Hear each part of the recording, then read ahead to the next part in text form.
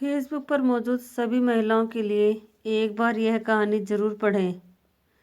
सलोनी ने आज कई दिनों के बाद फेसबुक खोला था। एग्ज़ाम के कारण उसने अपने स्मार्टफोन से दूरी बना ली थी। फेसबुक ओपन हुआ तो उसने देखा कि 35-40 फ्रेंड रिक्वेस्ट पेंडिंग पड़ी थी। उसने एक सरसरी निगाह से सबको देखना शुरू कर दिया।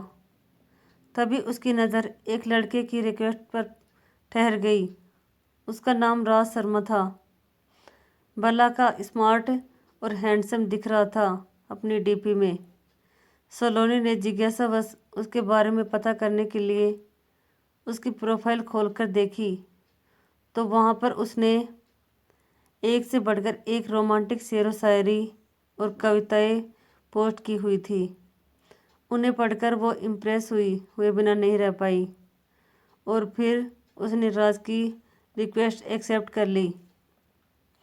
अभी उसे राज की रिक्वेस्ट एक्सेप्ट किए हुए कुछ ही देर हुई होगी कि उसके मैसेज का नोटिफिकेशन के साथ बज उठा। उसने चेक करा तो वो राज का मैसेज था। उसने उसे खोलकर देखा तो उसमें राज ने लिखा था, थैंक यू वेरी मच। वो समझ तो गई थी कि वो क्यों थैंक कह रहा है, फिर भी उससे मज़े लेने के लिए उसने रिप्लाई करा, थैंक किस लिए। उधर से तुरंत जवाब आया, मेरी रिक्वेस्ट एक्सेप्ट करने के लिए। सलोनी ने कोई जवाब नहीं दिया, बस एक स्माइली वाला स्टिकर पोस्ट कर दिया और फिर मैसेज बंद कर दिया।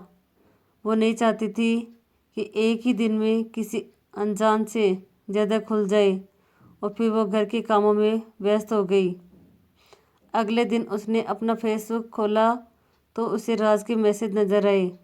राज ने उसे कई रोमांटिक कविताएं भेज रखी थी। उन्हें पढ़कर उसे बड़ा अच्छा लगा। उसने जवाब में फिर से स्माइली वाला स्टिकर सेंड कर दिया। थोड़ी देर में ही राज का रिप्लाई आ गया। वो उससे उसके हॉबीज़ के बारे में पूछ रहा था। सलोनी ने राज को अपना संक्षिप्त परिचय दे दिया। उसका परिचय जानने के बाद राज ने भी उसे अपने बारे में बताया कि वो एमबीए कर रहा है और जल्द ही उसकी जॉब लग जाएगी। और फिर इस तरह से दोनों के बीच चैटिंग का सिलसिला चल निकला। सलोनी की राज से दोस्ती हुई अब तक 1.5 महीना हो चुका था। सलोनी को अब उसके मैसेज का इंतज़ार रहने लगा था। जिस दिन उसकी राज से बात नहीं हो पाती थी तो उसे लगता था जैसे कुछ अधूरापन सा है। राज उसकी ज़िंदगी की आदत बनता जा रहा था।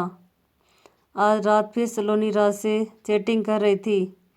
इधर उधर की बातें होने के बाद राज ने सलोनी से कहा कि यार, हम कब तक यूं ही सिर्फ फेसबुक पर बातें करते रहेंगे। यार, मैं तुमसे मिलना चाहता हूँ, प्लीज़ कल मिलने का प्रोग्राम बनाओ ना। सलोनी खुद ही उससे मिलना चाहती थी और एक तरह से उसने उसके दिल की ही बात की कर दी थी, लेकिन पता नहीं क्यों वो उसे मिलने से डर रही थी। शायद अनजान होने का डर था वो। सलोनी ने यही बात राज से कह दी। अरे यार, इसलिए तो कह रहा हूँ कि हमें मिलना चाहिए। जब हम मिलेंगे तभी तो एक दूसरे को जानेंगे। राज ने उसे समझाते हुए मिलने की जिद की। अच्छा ठीक है, बोलो कहाँ मिलना है, लेकिन मैं ज़्यादा देर नहीं रुकूंगी वहाँ। सलोनी ने बड़ी मुश्किल से उसे हाँ की। ठीक है, तुम जितना देर रुकना चाहो रुक जाना, राज ने अपनी खुशी छिपाते हुए उसे कहा। और फिर वो सलोनी को उस जगह के बारे में बताने लगा जहाँ उसे आना था।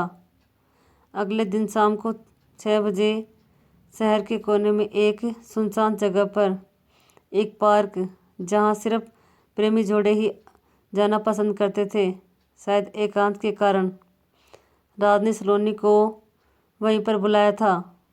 थोड़ी देर बाद सलोनी वहाँ पहुँच गई। राज उसे पार्क के बाहर गेट के पास अपनी कार से पीठ लगा के खड़ा हुआ नजर आ गया। पहली बार उसे सामने देखकर वो उसे बस देखती रह गई। वो अपनी फ़ोटो से ज़्यादा स्मार्ट और हैंडसम था। सलोनी को अपनी तरफ देखता हुआ देखकर उसने उसे अपने पास आने का इशारा करा। उसके इशारे को समझकर वो उसके पास आ गई और मुस्कुराकर बोली कि हाँ, अब बोलो, मुझे यहाँ किस लिए बुलाया है? अरे यार, क्या सारी बात यही सड़क पर खड़ी खड़ी करोगी? आओ, कार में बैठकर बात करते हैं। और फिर राज ने उसे कार में बैठने का इशारा करके कार का पिछला गेट खोल दिया। उसकी बात सुनकर सलोनी मुस्कुराते हुए कार में बैठने के लिए बढ़ी। जैसे ही उसने कार में बैठने के लिए अपना पैर अंदर रखा तो उसे वहाँ पर पहले से ही एक आदमी बैठा हुआ नजर आया। शक्ल से वो आदमी कहीं से भी शरीफ नजर नहीं आ रहा था। सलोनी के बढ़ते कदम ठिठक गए। वो पलटकर राज से पूछने ही जा रही थी कि ये कौन है कि तभी उस आदमी ने उसका हाथ पकड़कर अंदर खींच लिया और बाहर से राज ने उसे अंदर धक्का दे दिया। ये सब कुछ इतनी तेज़ी से हुआ कि वो संभल भी नहीं पाई और फिर अंदर बैठे आदमी ने उसका मुंह कसकर दबा लिया ताकि वो चीख न पाए और उसके हाथों को राज ने पकड़ लिया। अब वो ना तो हिल सकती थी और ना ही चिल्ला सकती थी। और तभी कार से दूर खड़ा एक आदमी कार में आकर ड्राइविंग सीट पर बैठ गया और कार स्टार्ट करके तेज़ी से आगे बढ़ा दी। पीछे बैठा आदमी जिसने सलोनी का मुंह दबा रखा था, वो हंसते हुए राज से बोला कि वाह भाई वाह, मज़ा आ गया। तो तुमने तगड़े माल पर हाथ साफ करा है। उसकी बात सुनकर राज मुंह ऊपर उठाकर ठहाके लगा के हंसा। उसे देखकर ऐसा लग रहा था कि जैसे कोई भेड़िया अपने पंजे में शिकार को दबोचने के बाद हंस रहा हो। और वो कार तेज़ी से शहर के बदनाम इलाके जिसमें कि मंडी की तरफ दौड़ी जा रही थी।